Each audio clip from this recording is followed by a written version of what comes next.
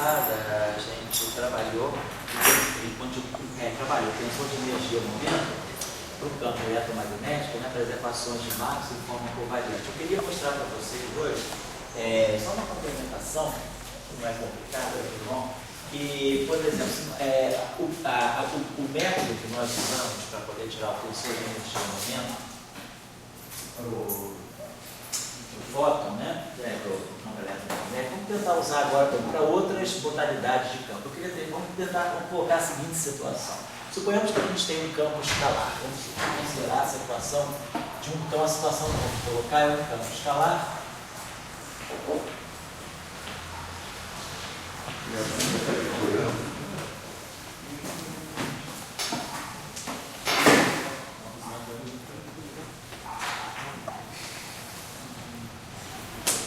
A situação de um campo escalar.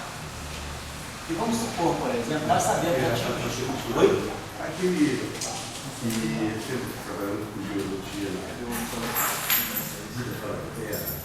Antônio. Ele estava por aí, né, no chão. Estava no programa, não? Ah, tá legal, porque eu sabia que eu ia fazer. Ele estava no chão. Por exemplo, nós já tínhamos estudado aqui, já tínhamos visto aqui, que um campo... Oi? Pois é. Nós tínhamos estudado aqui, tínhamos falado aqui, no caso de um campo escalar. Então, por exemplo, no campo escalar, nós tínhamos visto que ele, como não tem nenhuma declaração, né, nenhuma afirmação a fazer sobre o spin dele, porque ele não tem spin, o que a gente tenta implementar para o campo escalar simplesmente é a relação de dispersão, que vai dar a relação entre energia e momento. Então, nós já tínhamos falado sobre isso. Por exemplo, se eu pegar, a gente estudou as relações de dispersão. Então, se nós pegamos a relação de dispersão, a relação cinemática, né, entre energia e momento na relatividade, só retomando essa discussão brevemente, e se nós pensamos que nós fazemos a correspondência, então isso aqui é uma equação relativista, mas nós supomos que nós vamos querer introduzir uma equação de onda, portanto, nós vamos pegar a relação de correspondência entre as grandezas cinemáticas e as suas correspondentes, os seus correspondentes operadores mecanicamente. Então, se nós associarmos, né, que a energia é um operador IH cortado DDT, e que o momento está associado ao operador menos I, H cortado gradiente, né? Então, essa equação é tudo bem? Então, isso aqui vai dar para nós, né? Essa equação estaria dando para nós menos H cortado ao quadrado D2 dt2 menos H cortado ao quadrado C2, aí aqui T escalar T fica a divergência do gradiente, do Laplaciano, e aqui M2C4. Então, a gente joga tudo com um lado só e divide tudo por H cortado ao quadrado, né? Então, divide tudo por H cortado ao quadrado C2, então esse tempo transita para cá com 1 sobre C2. Eu vou dividir tudo por H cortado ao quadrado C2. Então, aqui vai produzir 1 sobre C2, que vai para lá 1 sobre C2 de T2. Aqui vai ficar menos Laplaciano. Então, a gente vai produzir aqui o D'Alembertiano. A gente vai ter aqui o D'Alembertiano, e desse lado aqui nós vamos estar produzindo N2 C2 sobre H cortado ao quadrado. Esse M2 C2 sobre H cortado ao quadrado, isso aqui é o que nós já sabemos identificar com o comprimento de onda de Compton, né, de uma partícula. O comprimento de onda de Compton de uma partícula com massa M, né, a gente define ele como H cortado sobre MC. Então essa grandeza aqui, que vai ter dimensão de comprimento, de 1 sobre comprimento, né, porque isso aqui tem dimensão de... Isso aqui é o inverso dele. Então, vamos chamar essa grandeza aqui, vamos chamar isso tudo aqui de um psi ao quadrado, tá? Então, isso aqui para nós é um psi menos 1. Vamos chamar essa grandeza aqui, esse par de psi menos 1. Psi menos 1, esse é o inverso desse objeto aqui. Então, esse objeto aqui, que é o inverso aqui, vai ficar psi ao quadrado. Então, a gente imagina, sendo essa aqui uma relação operatorial, ela tem que atuar em cima de alguma função. Então, ela vai atuar em cima de um campo escalar. Então, vamos colocar aqui um campo escalar aqui de Tx. dose. Então, suponha que eu tenho essa equação. Então, isso aqui me descreve, né, uma equação do tipo Klein-Gordon. Esse objeto aqui, então, para nós, vai ser o psi ao quadrado.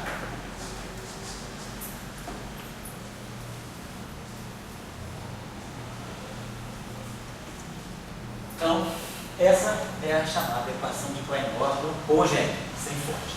Vamos supor que a gente faça uma modificação. Vamos tratar o caso um tantinho mais geral. Vamos colocar, por exemplo, um termo que possa depender de uma potência mais alta do D'Alembert. Por exemplo, suponha que a gente modificasse essa equação por um termo desse tipo. Vamos colocar assim um alfa, não sei se D'Alembertiano, mais aqui um termo alfa D'Alembertiano ao quadrado, aqui um termo psi ao quadrado, φ. Digamos que a gente tem uma fonte externa, uma fonte J. Então tem um problema não homogêneo. Vou colocar essa situação. Esse termo aqui, é só a gente olhar, ele vai modificar, né, as relações de dispersão. Se a gente quiser imaginar, deixa eu ver,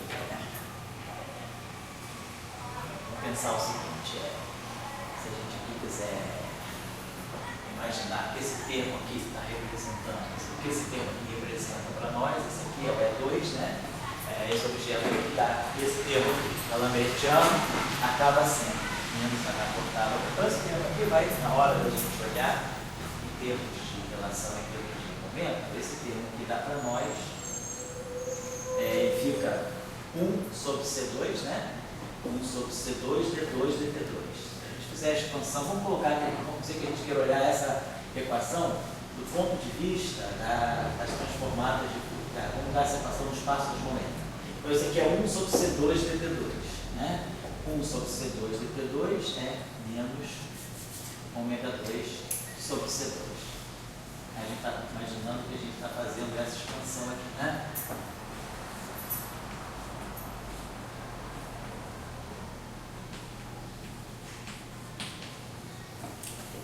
Então, quando a gente derivar em relação ao tempo, eu produzo menos ômega 2, quando eu derivar e tirar o gradiente, eu vou produzir o menos K2, né? Então esse termo aqui vai produzir menos Laplaciano, vai ficar mais K2. Esse termo aqui vai ser o quadrado disso aqui. Vai ser esse termo aqui, é o quadrado. Então, para nós, essa relação aqui, ela está dando para nós uma relação entre a frequência e o número de onda. Então, isso aqui, se eu quiser olhar essa equação do ponto de vista da relação de dispersão, é só passar por espaço dos momentos, né? Então, nós vamos tirar aqui uma relação, essa equação vai ser uma equação quadrática em ômega 2. Então, é uma equação em ômega 4, né? Então, a gente ganha uma equação que eu vou resolver. Dessa equação aqui, vai sair para nós uma relação que vai me dar ômega em função de K. E a relação de dispersão. E essa relação aqui, ela vai ser tirada através de uma equação quântica em ômega, porque aqui vai aparecer um termo que é ômega 2, mas aqui vai aparecer um termo de ômega 4. Então, a gente tem ômega em função de K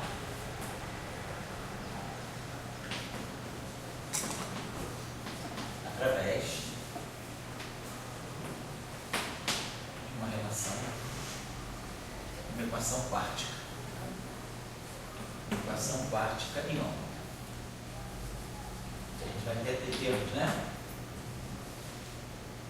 Equação quântica em ômega. Porque no fundo a gente vai resolver essa equação em ômega. Quer dizer, quando eu fizer usar aquela relação de dispersão, aquela equação de onda, eu vou tirar a relação de dispersão, que eu vou ter ômega 2, ômega 4. Esse termo aqui produz um termo em ômega 4 e um termo em ômega 2. Esse produz um termo em ômega 2. Então, eu consigo formar uma equação em ômega 4, ômega 2 e um termo independente de ômega, supondo que eu não tenha fonte, ρ zero, eu tiro a relação de dispersão para a radiação livre do vácuo, certo? Então, nós queremos ver aqui como que a gente pode chegar ao tensor de energia momento desse campo. Então, vamos supor o seguinte problema. Nós queremos chegar ao tensor de energia momento baseando-nos um pouco naquilo que a gente tem no caso de Maxwell. Então, vamos escrever de novo a equação, vou pegar essa equação aqui da seguinte maneira. Isso aqui é D'Alembertiano, φ mais alfa lambertiana ao quadrado, φ. Mais que 2φ igual a J. Então, se vocês se lembrarem, né, o que a gente fazia para tirar o tensor de energia ao momento? A gente sempre itera a equação de movimento, imaginando que a gente vai estar produzindo, a gente quer produzir um termo que esteja ligado à energia. A gente quer tirar uma equação que vai dar a conservação da energia do momento, né, a partir, identificando aqui alguns termos que sejam do tipo energia. Então, nós já sabemos que o ideal é pegar a equação de campo, né, e multiplicar pela derivada, por uma derivada do campo. Claro que a gente pensaria em multiplicar por uma, no caso do Marx, a gente pegou as equações de Marx, dmi, FI igual a JI, para tirar o tensor de energia ao momento. O que a gente fez? A gente inseria aqui um F de K e multiplicava esse F de K e a gente saiu usando a quantidade de Bianchi, fizemos umas manipulações usando as equações de movimento e tiramos o tensor de energia ao momento do campo eletromagnético. Nós agora estamos diante de uma situação que não é o campo eletromagnético, mas é um campo escalar. E basicamente o que a gente precisa fazer é multiplicar esse objeto que contém a derivada do campo. Esse objeto aqui contém, na verdade, dni a k. É essa combinação aqui. Então, basicamente, o que a gente está fazendo é multiplicar essa equação pela derivada do campo. O campo eletromagnético é o potencial quadrivetorial, a μ.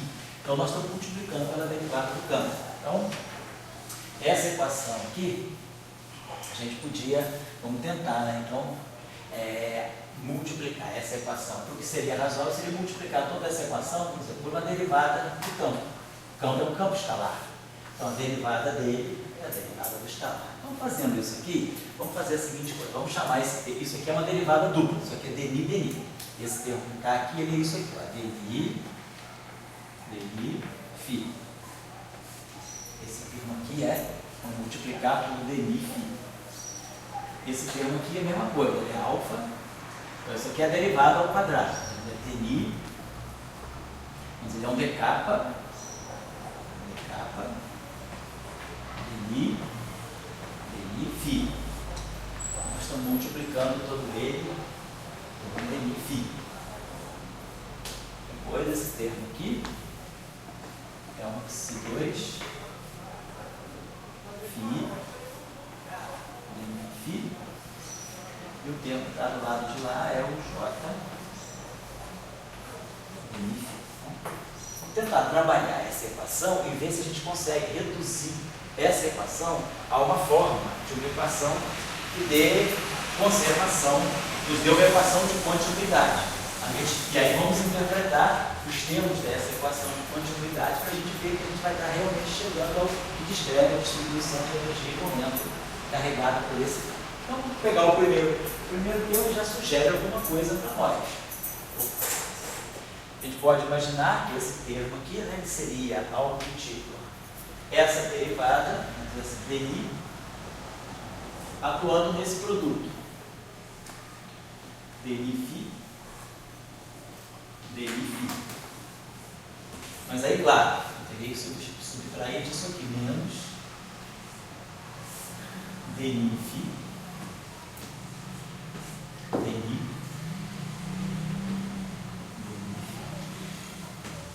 então, por isso aqui, esses dois termos aqui se reduzem ao primeiro termo. Então, esse termo aqui eu posso escrever de alguma maneira, eu consigo jogar ele sob a forma de uma derivada. Eu trabalho só o primeiro termo. Quer dizer, a derivada segunda desse termo vezes a derivada primeiro desse é essa derivada total menos esse termo aqui que não estava presente lá. Eu desconto esse termo que a regra de lá é vicinidade. E aí a gente resolve essa questão. Esse termo aqui, claramente, a gente consegue identificar ele facilmente. Eu posso, essas duas derivadas aqui podem ser trocadas, né? Se eu quiser eu posso trocar dni, dni, a mesma coisa que dni, dni. E aí a gente está observando o seguinte, esse termo aqui é a derivada de uma grandeza vezes a própria grandeza. Então esse termo aqui tem a seguinte cara. Eu posso escrever exatamente esse termo aqui como sendo a derivada μ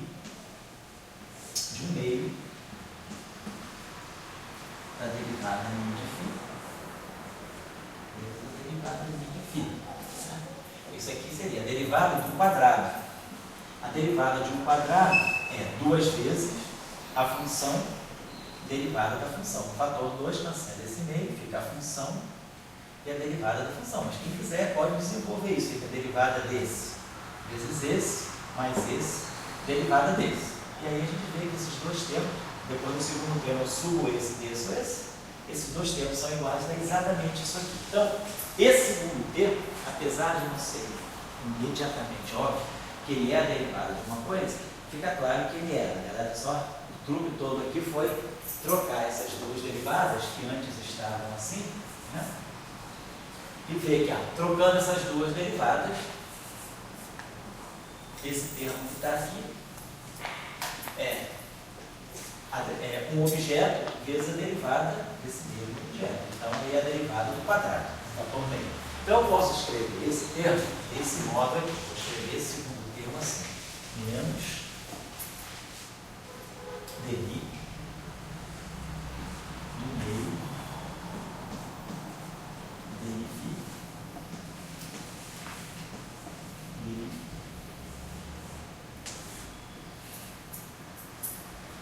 né? Então, esses dois primeiros termos, que é esse termo aqui, eles já tomaram todos os dois a forma de uma derivada. Eu posso uniformizar essas derivadas aqui, por exemplo, como esses índices aqui. O índice livre é o índice livre.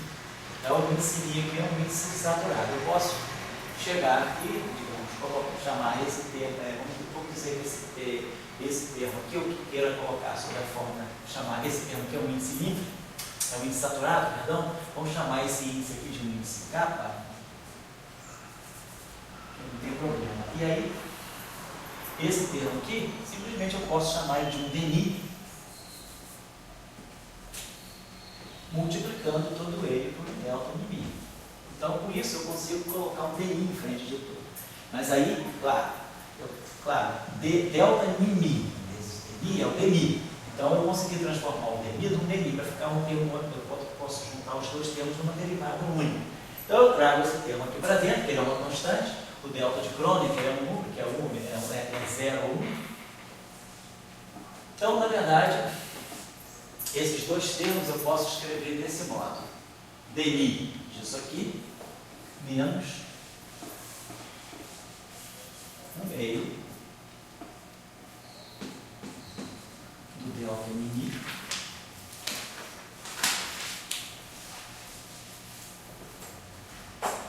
do dk.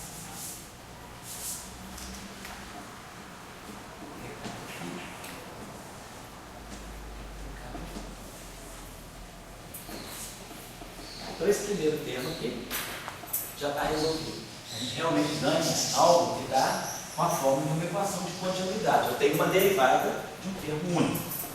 Vamos trabalhar agora o segundo termo, que é um termo um pouquinho mais longo, ele tem 4 derivadas, né? Vamos trabalhar esse termo e ver o que a gente pode fazer com ele.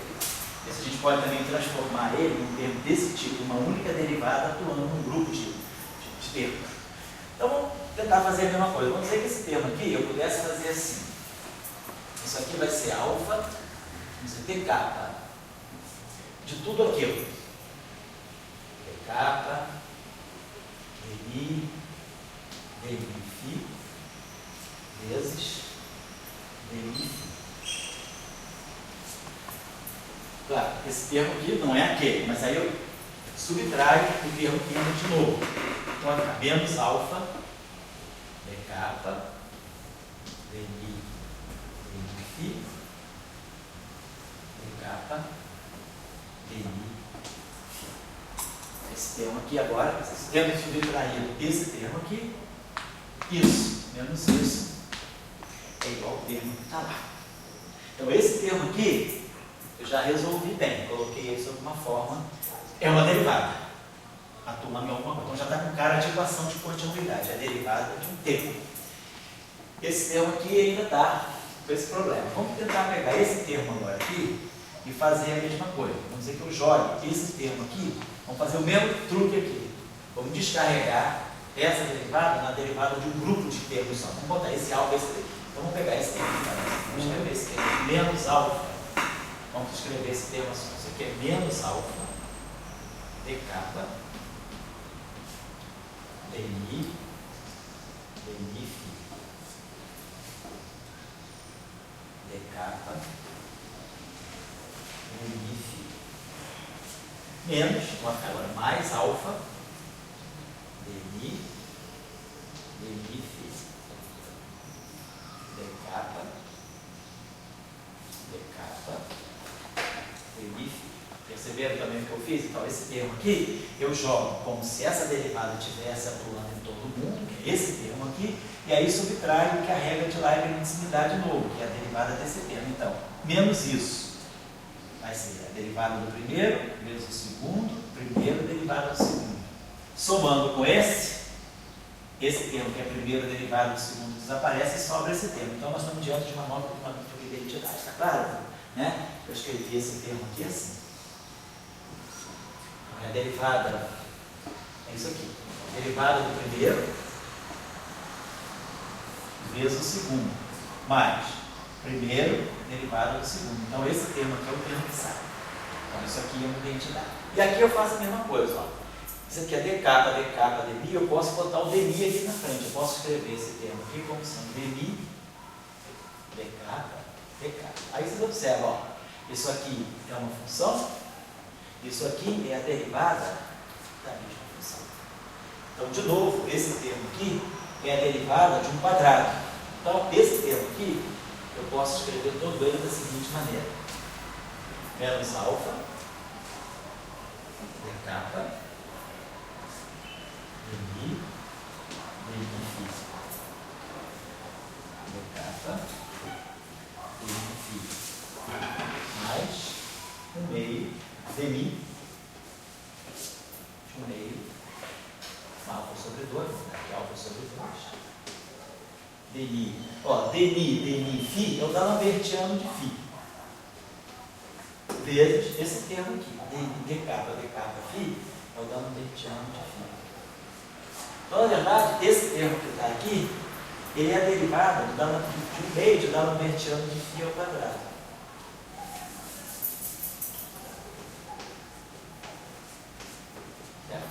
Ela está aqui. Então, de novo, esse termo aqui, né? Desculpa, esse termo agora. Trabalhando esse termo, nós estamos trabalhando esse termo aqui. Esse termo aqui ficou isso aqui. Ficou esse termo, essa derivada, menos esse termo, que é essa derivada, mais esse termo, que é essa derivada. Claro? Deu para seguir? Então tá legal. Então o primeiro termo de lá, mesma coisa, ó, eu quero colocar um dni, eu quero ter uma equação que seja sempre derivada, vamos uniformizar, vamos chamar esse cara aqui, ó, esse K de I.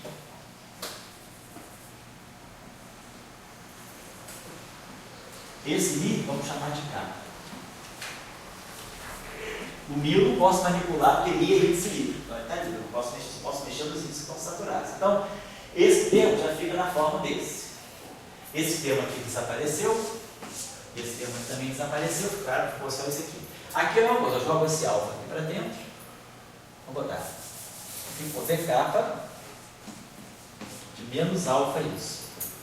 Mesma coisa. Eu quero que esse kappa seja um mi. Para poder ficar tudo derivado em mi. Mi. Aí o mi eu chamo de kappa. Kappa. O mi fica aqui. Agora, tanto faz, eu posso botar esse mi aqui e esse mi aqui embaixo. Então, esse termo aqui, olhando aqui, ó, já foi ficando desse modo. Ficou.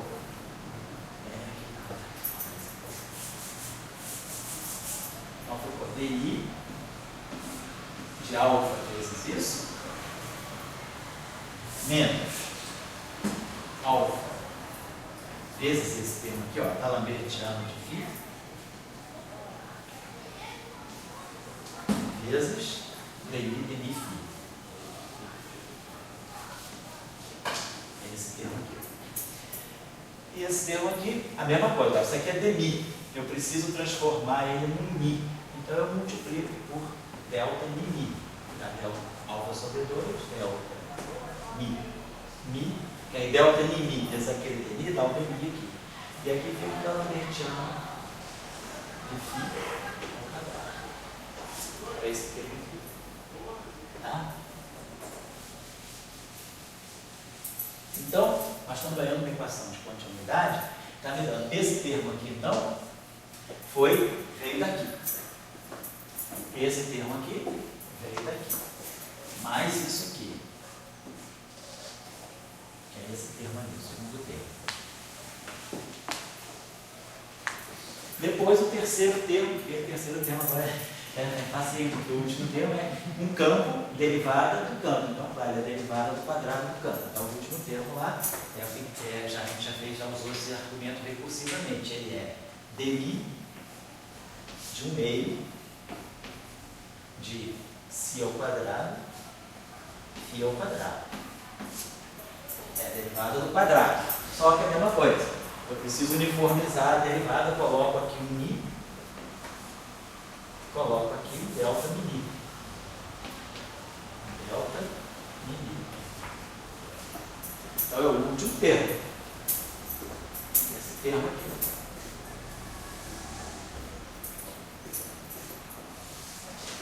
Igual a J dmi φ. Claro, se não houver corrente externa, se o campo estiver livre, não tiver J, eu tenho uma equação de continuidade. Eu tenho um termo que é derivada de tudo aquilo igual a zero. Mas se o J for diferente de zero, esse termo vamos analisar. Ele deve fazer o papel de alguma coisa do tipo dissipativo, como aconteceu nas equações de Marx. Ali aparecia o que depois a gente identificava justamente com a força, que era a força de Lorentz. Quando a gente fez as equações de Marx, sobrava esse termo, F, mi, não sei se eu cheguei a fazer a equação de Marx na analogia, então vou fazer depois, está ótimo. Então vamos analisar agora. Então, o que nós tiramos aqui? Nós tiramos que essa equação de campo está dando origem a uma equação de conservação, uma equação de continuidade. Deixa eu apagar então. Então, eu quero que vocês percebam um pouco a sistemática de, a partir da equação de campo, a gente poder chegar à lei de conservação da energia do momento transportados. Como é que você vê a equação de movimento e a lei de conservação? A lei de conservação nos dá uma nova leitura. Isso. Do movimento. Do lado esquerdo à direita.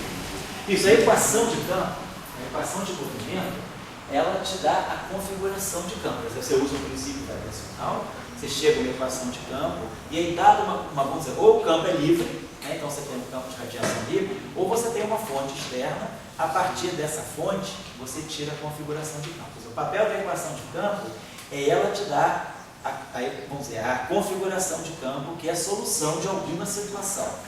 Agora, a partir da equação de campo, nós tiramos uma equação que estruturalmente é muito mais forte. Porque, independentemente da configuração de campo, qualquer que seja a configuração de campo que eu tiver, eu tenho alguma coisa que é conservada. Então, nós temos uma lei de conservação. E, às vezes, mesmo que eu não saiba resolver o problema exatamente, eu sei que a energia e o momento são conservados. Então, eu posso tirar a informação do sistema pela lei de conservação. Então, quer dizer, a equação de campo é importante no sentido que ela me dá a configuração de campo, ela pode me fazer ler as simetrias do problema. Agora, a equação de conservação da energia do momento, ela está começando a indicar para mim como é que aquele campo transporta a radiação dele. Esse é um campo φ, esse campo φ é um campo de radiação, ele está se propagando no espaço, né? E ele está carregando uma distribuição de energia e momento, e essa equação está dando conta. Eu vou saber ler qual é a densidade de energia e vou saber ler qual é a densidade de momento que esse campo transporta. Então, você pode falar. As entidades físicas, vamos dizer, na lei de conservação, você define entidades físicas que na equação de movimento você não define. Assim, Você não vê direto na equação de movimento, você não lê ela na equação de movimento.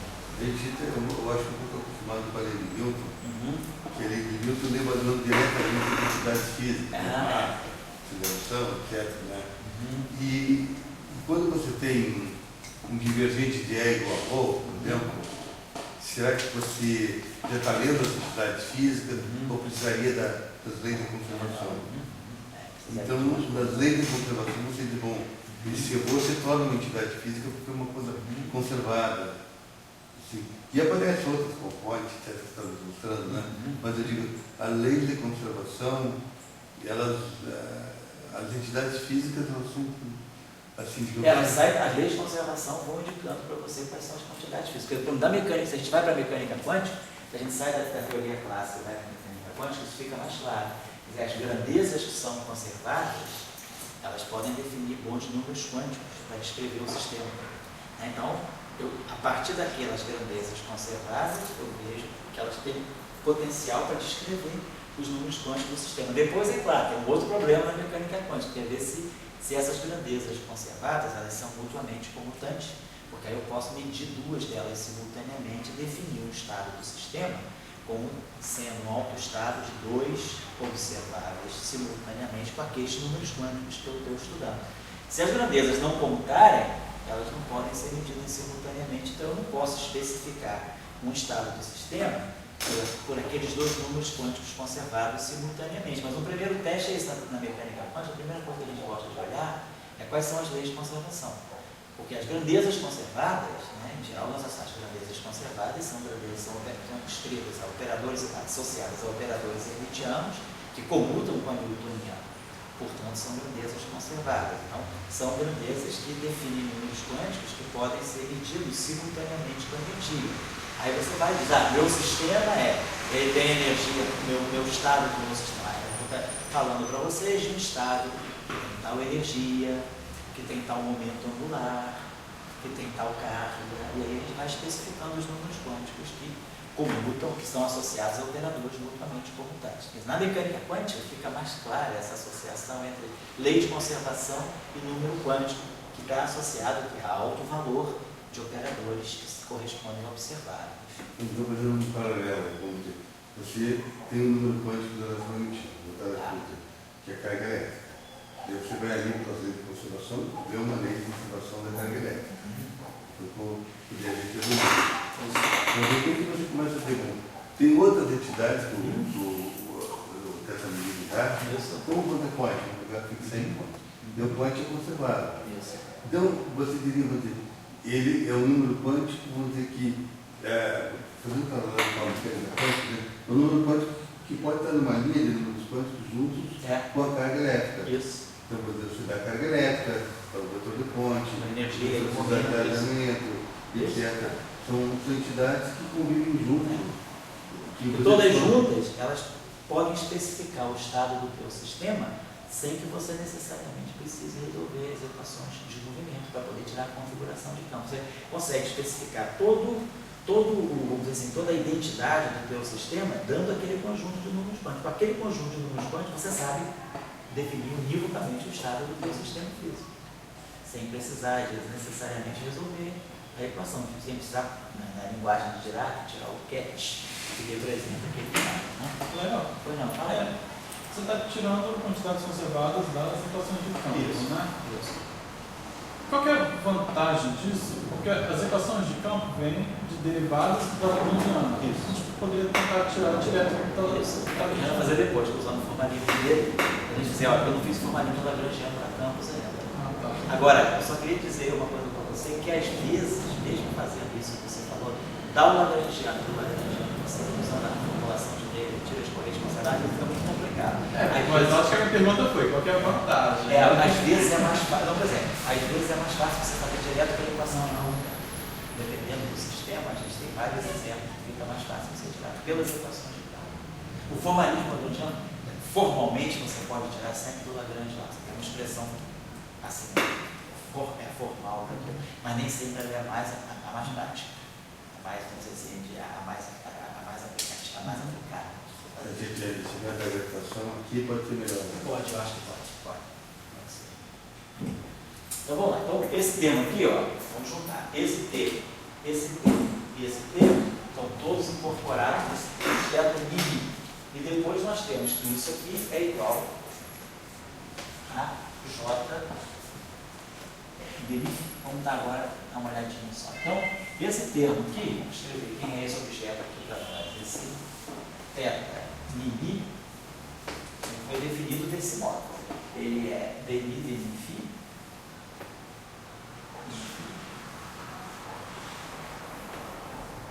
φ, né? Vou colocar assim, menos 1 meio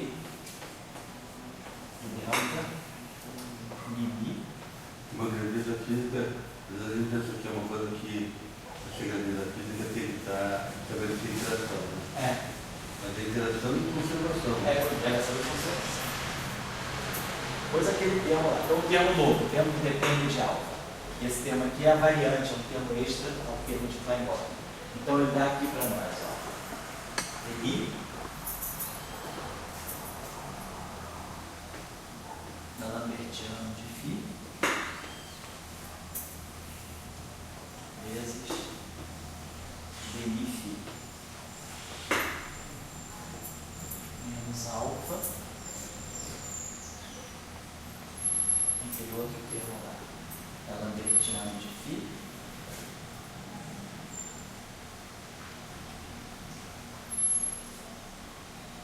e dmi φ.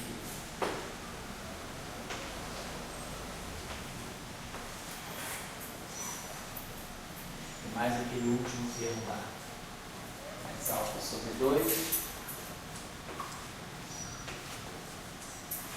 delta de mi,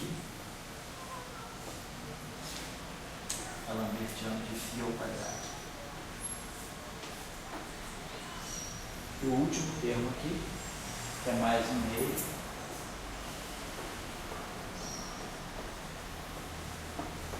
delta mi, φ ao quadrado. Φ ao quadrado. Então, esse aqui é o nosso. Nós vamos interpretar então como tensor de energia. Aqui vale a pena talvez a gente fazer a seguinte observação. Vamos pegar esses termos aqui, ó. Vamos dizer o seguinte: esse termo aqui, eu poderia colocar como são. Você quer derivar esse objeto todo. Pegar esse termo aqui. Menos mi, se vale a pena fazer alguma coisa desse tipo, né? Esse termo aqui vocês observam, né? Se eu trocar mi com mi, esse termo aqui é simétrico, os dois, o dmi e o dmi, estão atuando no mesmo termo. Poderia aqui, por exemplo, escrever esse termo com essa derivada totalmente, vamos dizer assim, atuando no total aqui. E menos um derivação, pode ser mais interessante de fazer. Poderia fazer isso aqui. Deixar assim.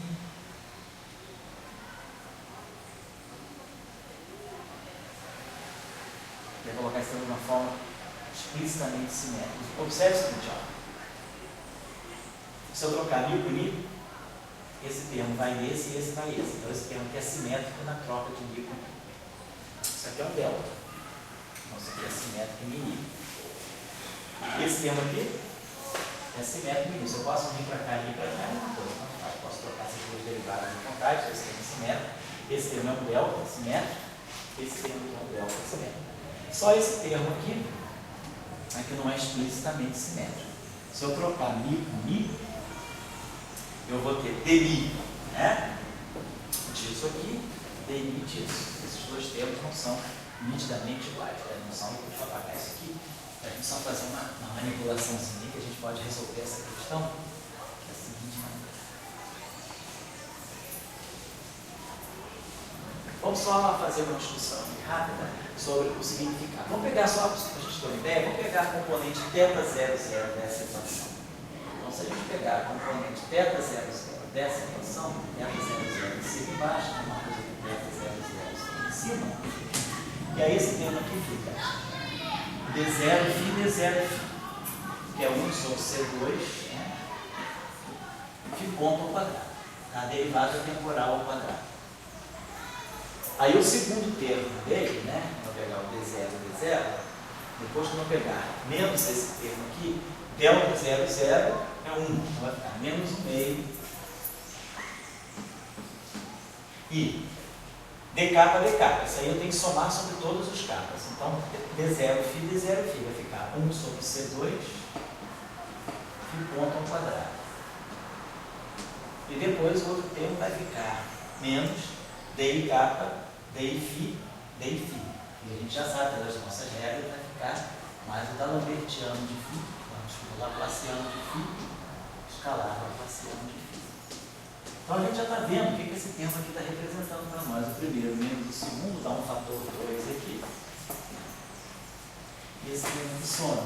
Então a gente está vendo que o primeiro termo, ele está medindo o quê? A energia cinética do campo, φ ponto ao quadrado, quando o campo varia no tempo. O segundo termo é, vamos dizer, a energia associada ao gradiente do campo. Meu campo, ele não é constante espacialmente, ele tem dependência nas coordenadas espaciais. Então, isso dá uma certa não uniformidade ao campo. Então, isso dá uma energia. Aqui é a energia associada à variação temporal do campo. Então, realmente na acepção direta do termo, é a energia cinética do campo. Isso aqui é chamado de energia do gradiente, porque é a energia que é atribuída ao campo pela sua não constância espacial. Então, a gente está vendo que esse termo aqui, ele está medindo a densidade de energia do campo. Claro, o termo alfa, se eu fizer alfa igual a zero, esse termo desaparece. Mas o termo que é crucial é esse termo aqui. Que é esse termo aqui que está associado à relação fundamental entre energia e momento. Esse termo aqui é uma correção. Então a gente está vendo que esse objeto está descrevendo algo que vai ser a densidade de energia. Então a gente vai em frente, né? Se eu pegar, por exemplo, esse termo aqui, ele vai ficar mais de meio de que se 2π2.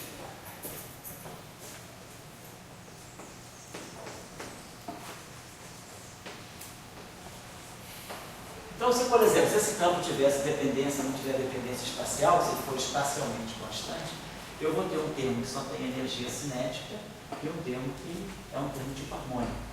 Então, na verdade, eu teria algo como se eu pegasse o φ constante no espaço, o campo só depende do tempo, esse termo aqui seria a derivada, seria o meio de MV2, seria o V2, e esse termo aqui seria como se fosse um potencial harmônico, um potencial quadrático. Então, de fato, a gente vê que esse termo tem uma interpretação, o termo todo tem uma interpretação de uma densidade de energia. Então, o que a gente espera, né, é que esse termo todo aqui, isso tudo aqui, possa estar descrevendo a energia do sistema. Então, só estava querendo mostrar para vocês, né, que esse termo é uma densidade de energia. Então, a gente deve estar descrevendo esse termo, uma densidade de energia. Vamos ver agora só uma coisinha aqui. Vamos dar uma olhadinha, vamos trabalhar um pouquinho melhor esse termo aqui da seguinte maneira. Que aí vocês vão ver o seguinte, esse termo, todos esses termos são simétricos quando eu troco mini, exceto esse termo. Vamos ver o que a gente pode fazer para melhorar esse termo. Suponhamos que eu vou pegar esse termo, especialmente esse termo aqui, e escrever ele da seguinte maneira. Alfa, vou colocar isso aqui, DI,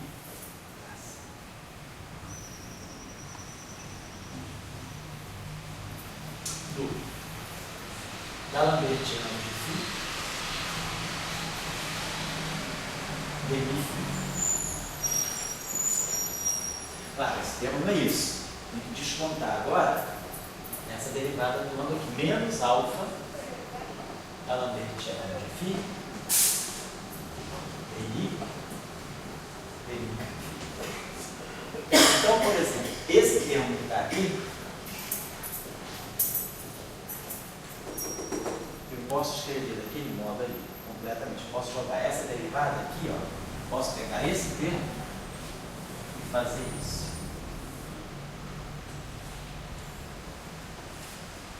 Coloco aqui, o termo lá vai se juntar com isso, vai dar um fator 2. Certo? Então, aquele termo que estava aqui sem o fator 2, é esse termo aqui, com esse cara aqui. Então, quer dizer, esse termo que eu tinha antes, eu coloquei. Opa, perdão, eu transformei aquele termo que eu tinha naquele termo que tem uma derivada menos 2 vezes esse termo aqui. Agora observe esse termo aqui. Se eu pegar agora θ0, 0,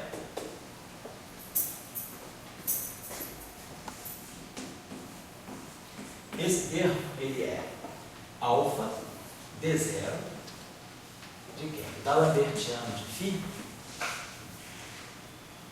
D0. Então isso aqui é derivada do tempo, isso aqui é uma derivada do tempo, isso aqui é um DDT. Então, esse termo aqui, quando a gente está fazendo agora, esse termo vai também, quando eu fizer, isso aqui é uma derivada do tempo, né? Então, se nós quisermos, o que seria para nós? Isso aí seria uma densidade, né? Nós estamos imaginando que esse objeto aqui é uma densidade de energia. Então, se nós vamos querer definir, e essa densidade está definindo, vamos ver que esse objeto que tem dimensão, é a densidade de energia do nosso campo. Ele está fazendo papel justamente da energia. A gente já sabia que, pela integração, vocês estão lembrados da equação de continuidade, que é a seguinte, né? Quando a gente tinha lá dmi, θ mini igual a zero. Quando a gente no campo eletromagnético, a gente tinha lá D0, o θ zero, pegar ni igual a zero, mais di, θ e zero igual a zero. Estou pegando a equação de conservação desse objeto, do tensor de energia momento. Vou pegar a componente zero dele, tá? Então, quando o mi é zero, o mi vai somar de zero e i. Esse termo aqui é DDT desse θ 00. Esse termo aqui é a divergência. Nós já vamos interpretar daqui a pouco esse objeto aqui como vetor de point. Então, isso aqui é como se fosse o vetor de point, densidade de energia, densidade de momento, quase.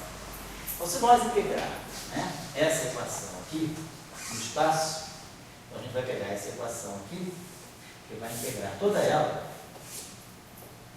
em d3x. É uma densidade. Então, esse termo aqui, ele fica, essa derivada sai daqui, fica ddt, e aí eu tenho d3x integral em d3x, o que é importante para mim dessa equação é isso aqui. E esse termo aqui é integral de volume. A divergência é o fluxo do campo. Então, isso aqui vai ficar. Yes. Então, a gente está interpretando esse termo dessa forma. Então, o que é importante desse termo, θ00, ao ser integrado nessa região espacial, isso aqui é uma densidade, isso aqui então está me dando a energia total do sistema. Então, eu tenho DDT, e aí, se eu tenho, né, que esse objeto aqui, se eu pegar essa grandeza lá no infinito, vou pegar uma superfície lá no infinito, eu estou dizendo que esses campos caem a zero no infinito, então essa grandeza aqui é uma grandeza conservada. O DDT disso aqui é igual a zero, então essa grandeza total aqui é conservada. O que é importante para nós é essa interpretação de que isso é uma densidade. Então, sendo isso, deixa eu apagar isso aqui agora, um instantinho só, tá? Sendo isso uma densidade, então esse termo que está aqui, ele é dentro dessa expressão de tensor de energia e momento, esse termo aqui é uma derivada. Então, isso aqui é um termo, quando eu integrar esse objeto todo aqui no espaço, do ponto de vista do teorema de Gauss, esse termo aqui vai ser um termo de superfície. É um termo que vai dar, quando eu integrar isso aqui no espaço todo, eu vou estar pegando só a contribuição dos campos no infinito. Então, se eu supuser, claro, que nós estamos falando de um campo, ou que é livre, ou então que as correntes, as fontes são localizadas. Então, que a gente imagina que, classicamente, faça sentido que esse termo aqui, os campos e as suas derivadas caem a zero no infinito. A tendência do campo é localizada em torno das fontes. Então, como esse termo aqui que apareceu dentro da expressão do tensor de energia e momento já é uma derivada de alguma coisa, então esse termo aqui dentro, na hora de eu interpretar o que é energia, o que é o momento do meu sistema, esse termo aqui faz o papel de um termo de superfície. Então, para efeito de definição do que é energia e do que é momento do meu sistema, esse termo aqui, ele não está pegando a contribuição no interior do volume, ele está pegando a contribuição dos campos só no infinito. Por quê? Porque ele é um termo de derivada, ele é uma derivada total. Então, quando eu integrar essa grandeza no espaço, eu vou estar pegando a contribuição do campo só no infinito. Então, nesse sentido que eu estou dizendo que a gente pode reescrever esse termo aqui de uma forma que é explicitamente simétrica, é manifestamente simétrica, porque no fundo eu estou dizendo que esse objeto aqui é um objeto simétrico a menos desse termo que, para efeito de interpretação desse tensor de energia e momento, ele não faz diferença porque ele está pegando a contribuição dos campos do infinito. É isso que eu quero dizer. Então, isso está dando para nós, por que eu falei toda essa discussão? Só porque eu quero mostrar, que eu estou dizendo a vocês, que esse termo aqui é um termo simétrico. Teta mini é igual a teta mini. Esse termo aqui tem esse caráter aqui de simetria. E aí, isso aí é o que vai definir para nós. E aí a gente está observando esse termo aqui. Se eu pegar o termo, então, vamos pegar de novo essa componente aqui. Então, vamos dizer que a gente já sabe quem é o meu teta mini. Agora a pergunta que eu estou fazendo aí é qual é a força, né? Isso aí está me dando também automaticamente uma equação para a relação de força entre o campo e as correntes. Por exemplo, se eu coloco suponhamos que esse campo esteja uma certa radiação. Essa radiação está passando pelo espaço. Aí essa radiação encontra uma corrente, uma fonte desse campo. Então ela vai, esse termo aqui está mostrando um acoplamento do campo com a corrente. Então esse termo aqui é um termo de interação. Então isso aqui é o termo que deve estar associado a uma interação entre o campo e a corrente. Então ele pode estar representando para nós uma força. Vamos ver o sentido dessa equação para ver se isso pode realmente ser uma força. Vamos pegar aquela equação na íntegra. Vamos pegar assim, dmi, teta mini, igual a j dmi. Então vamos pegar, como eu falei com você, vamos pegar a componente zero dessa equação. Então, pegando a componente zero, eu vou ter dmi, teta mi zero, igual a j. Componente zero, D0. D0 é 1 sobre C ddt. Aqui fica um fibómetro. Pegando agora, como isso aqui é zero, então eu posso pegar isso aqui. Tá? D0, teta 0, 0. Esse zero pode subir ou descer, tanto faz. Mais DI, teta e 0, igual a 1 sobre C, J fibómetro. Então, esse termo aqui, ddt, então é 1 sobre C, ddt, do teta 0, 0, uma derivada da densidade de energia. Esse termo aqui, ó, posso nitidamente interpretar como sendo a divergência, e esse objeto aqui é um vetor, é um vetor de point, está aqui. Esse aqui é 1 sobre C, J fibómetro. Então essa grandeza aqui está me dando conservação da energia. Mas a energia, ela não se transforma só em momento, ela tem um efeito aqui que dá uma interação entre o campo e essa fonte. Então, esse campo e essa fonte podem estar trocando energia. Se a fonte é zero, então eu tenho de fato uma equação de continuidade. Se a fonte não é zero, isso aqui está fazendo o balanço da energia. Então vamos pegar agora a componente I dessa equação. Pegar a componente iésima dessa equação. Então isso aqui está dando para nós dI teta I igual a J dI φ. Então, de novo, isso aqui é D0 teta 0 I igual a J dI φ. Vamos pegar, esse aqui é 1 sobre C, então, ddt. Essa grandeza aqui, ó, por exemplo, eu posso, se quiser, posso subir esse I aqui. Nós temos que ficar menos teta 0 I igual a J dI.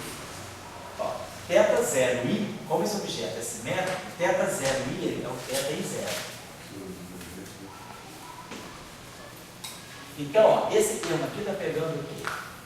Ele está pegando a derivada temporal do momento, da densidade do momento do campo. Bom, isso aqui, então, bota esse menos aqui, e esse termo aqui está dando menos J gradiente de φ. O segundo termo. Oi? O segundo termo. Ah, desculpa, não botei o segundo termo ainda. Tá, esqueci. Eu só recapitulou aqui. Obrigado. Eu tinha que pegar o desenho. Peguei a componente I, então 0, 0, mais a componente J, teta J, I. J dI. Então voltando. Então esse cara aqui fazendo toda aquela manipulação, é menos 1 sobre C, como nós já falamos, DDT do vetor de point, da velocidade de momento. Esse termo aqui, como vocês se lembram lá, né, é aquele termo associado, como a gente falou na aula passada, ao tensor de cisalhamento, ao tensor de tensões do campo eletromagnético, que é aquele termo que tem essa expressão, divergente do θ. E esse termo aqui é o J, gradiente de φ. Então a gente está vendo aqui, ó, a derivada temporal do momento, ela deve estar ligada à força. Então esse termo aqui, ele deve estar dando a densidade de força, que é a força que é feita quando o campo interage com a corrente. Então, isso aqui, o gradiente do φ, né, faz o papel para onde o campo cresce e interage com essa corrente aqui, dando esse termo aqui. Quer dizer, se isso aqui é zero, se eu não tenho corrente igual a zero, eu tenho essa lei de conservação. Então, o que o campo ganha ou perde de momento no tempo está ligado à divergência dessas tensões, aquele famoso que a gente já estudou lá no início do curso, o tensor de tensões, o tensor de cisalhamento do campo eletromagnético. E isso aqui seria o termo de força. Então, essa equação, a partir da equação de conservação do tensor de energia de momento, eu consigo tirar por aqui a densidade de força que existe entre o campo e uma corrente. Então, a questão que a gente pensa seria o seguinte: se essa corrente representa uma fonte, isso é uma carga, e essa carga gera um campo, o campo φ, né, que se propaga, se eu tiver uma carga de prova aqui, essa carga de prova vai receber esse campo. Então, a pergunta que a gente está respondendo aqui é: qual é a lei de força, né? Exatamente o problema do campo elétrico. Eu tenho uma carga que gera um campo, e esse campo atua numa carga de prova produzindo uma força, que é a carga, o Q vezes essa carga vezes o campo elétrico gerado por essa carga nesse ponto. Então, o que está acontecendo aqui é como se eu tivesse uma carga, que é uma fonte. Essa carga pode ser uma carga localizada na origem, uma função delta, então essa corrente, esse J é uma carga aqui na origem. E essa carga, ela vai estar atuando, criando um campo que vai interagir com essa outra carga, uma carga de prova aqui. Então, essa lei de força que está aparecendo aqui, o gradiente desse campo, ele está fazendo o papel como se fosse a força de curva. O gradiente do campo atuando na carga, uma carga do gradiente do campo. É isso aqui que está fazendo o papel da força. Exatamente como no caso do campo eletrostático. A carga vezes o gradiente do potencial e dá a carga vezes o campo elétrico, que é a força. Então, pela equação de conservação do tensor de energia do momento, na presença de fontes, aquilo que viola, que quebra, né, a equação de continuidade, que afasta essa equação aqui da equação de continuidade, que é esse termo que está aqui, esse termo que está aqui, ele já dá para nós, ele já permite que a gente faça uma leitura para saber esse campo, esse campo descrito por esse objeto, que se ele for gerado por uma certa carga, por uma certa distribuição, por uma certa fonte, ele vai exercer numa partícula teste uma força. E essa força então está explicada aqui. Essa força vai ser, se essa partícula teste é essa fonte aqui, essa fonte sendo a função delta, ela vai então mostrar que essa carga puntiforme vai sofrer a ação desse campo através desse termo aqui. E esse campo aqui foi gerado por alguma fonte que tem a mesma natureza que essa. Quer dizer, alguma fonte dessa natureza. Com esse número quântico, pode ser uma carga elétrica, pode ser um número bariônico, não importa. Tem alguma fonte, alguma interação associada a esse tipo de corrente aqui. Então, o papel, quer dizer, o interesse de se ter também a tensor de energia no momento aqui, a gente, através da equação de continuidade, da conservação do tensor de energia no momento, em presença de fontes, nós conseguimos fazer a leitura daquilo que é a energia do sistema, que são as forças de atuação no sistema. Então, nesse caso, eu pensaria, se um campo, né, um campo escalar, a lei de força que ele realiza em cima de uma carga teste é o gradiente do campo escalar atuando na carga teste é que vai dar essa força. Então, se por acaso esse campo escalar, se eu tiver uma carga Q, que gerou esse campo, e eu tiver uma carga Q, que vai receber a ação desse campo, essa carga aqui vai sofrer essa força aqui, através dessas linhas de campo. As linhas de campo φ, o gradiente das linhas de campo φ, vão fazer essa força em cima dessa carga. Então, essa carga aqui está atraindo essa carga através dessa força, essa interpretação. Então, eu vou voltar isso, a gente voltar na aula passada, pegar o tensor de energia e movimento do campo eletromagnético, como a gente fez, a gente vai poder ler a força de Lorentz, né?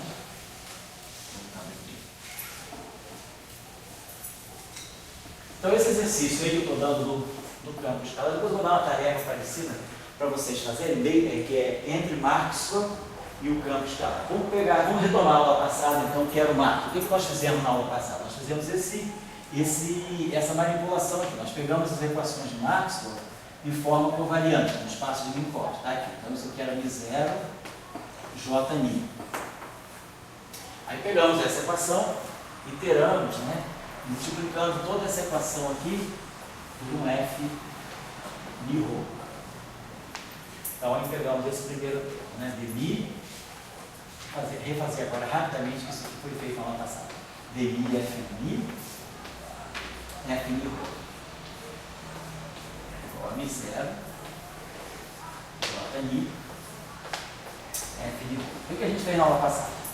A gente pegou esse termo aqui e fez como a gente fez hoje. Coloca esse termo todo sob a forma de uma derivada, para poder ganhar uma equação de continuidade. Então, isso aqui me dá F μ, F μ menos, agora essa derivada eu estou dando aqui, para restabelecer esse primeiro termo. Então, menos F μ, dμ, F μ igual a μ0, Jν, F μ. Fizemos isso aqui.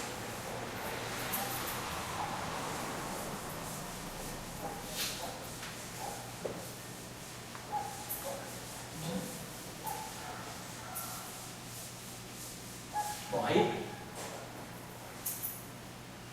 a gente aqui, na aula passada, a gente se serviu de um truque aqui. A gente usou a equação de a identidade de Jacobi, a identidade biânica, as equações de Maxwell homogêneas. Então, o que a gente fez? Manteve aquele primeiro termo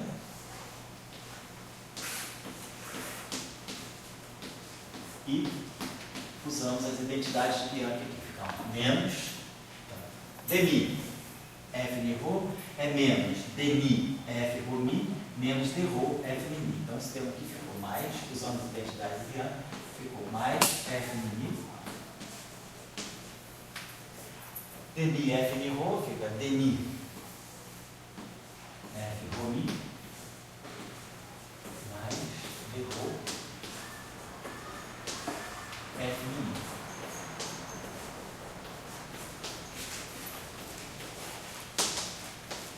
O que nós fizemos? Aí, esse termo aqui, de novo, está de uma forma que a gente já gosta. Ele está sendo a derivada de uma coisa, de uma função, vezes a sua derivada. Então, esse termo aqui é para nós dρ de 1 meio de F μ, F μ. F μ ao quadrado, na verdade. E aí faltava a gente dar só um jeitinho nesse termo aqui. Então, esse termo aqui, de novo, nós usamos as identidades biânicas. Nós fizemos esse termo aqui, ou usamos a identidade biânica, fizemos de novo o truque da derivada de Leibniz. Esse termo aqui é isso aqui, F μ, F ρ, menos dμ F μ F ρ. Certo? Esse termo, então agora a gente tem um termo que tem quase tudo para dar a equação de continuidade que a gente quer. Isso aqui é uma equação de continuidade, isso aqui é uma equação de continuidade, isso aqui é uma equação de continuidade, mas aqui, lembrando lá da nossa equação de campo original, olha essa equação aqui, a equação da qual nós partimos. Vamos dizer que isso aqui seja μ, isso aqui seja μ, isso aqui seja μ. Isso aqui seja. Está lá, a equação está dizendo lá. dμ Só colocar o sinal, o sinal mais aqui, porque o F mini é assimétrico, bota aqui mini.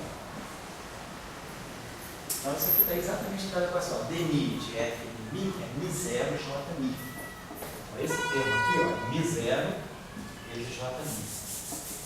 Esse termo aqui eu vejo mi0 vezes J mi. Então esse termo, ó, ele vai para o outro lado.